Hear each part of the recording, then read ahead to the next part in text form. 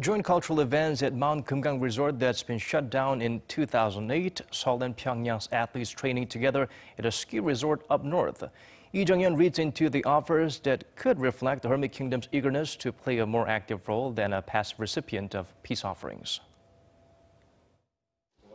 In yet another round of talks Wednesday, South and North Korea settled several issues related to the upcoming PyeongChang Winter Olympics, agreeing to have some Olympics-related activities take place in the north. These include joint cultural events at the Mount Kumgang Resort and joint ski training for athletes at the North's Masikryong Ski Resort. The ski resort is one of the regime's most heavily promoted tourist destinations, estimated to have cost some $35 million to build.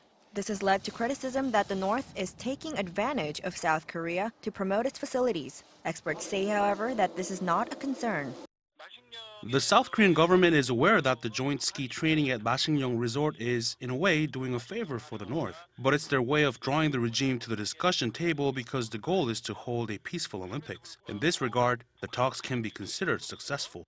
The other location, Mount Kumgang, is an attraction the regime hopes to reopen after it was shut down in 2008 when a South Korean tourist was shot by a North Korean soldier. The expert adds that holding joint cultural events at Mount Kumgang could benefit both parties.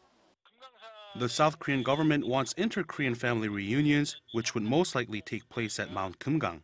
North Korea wants to reopen it as a tourist destination, so it works out for both of them. The expert adds that when the PyeongChang Winter Olympic torch arrives at its final northernmost destination, Gosong in Gangwon-do province, there's a chance that the torch could pass through North Korea for a symbolic or dramatic effect. Jeong-yeon, Arirang News.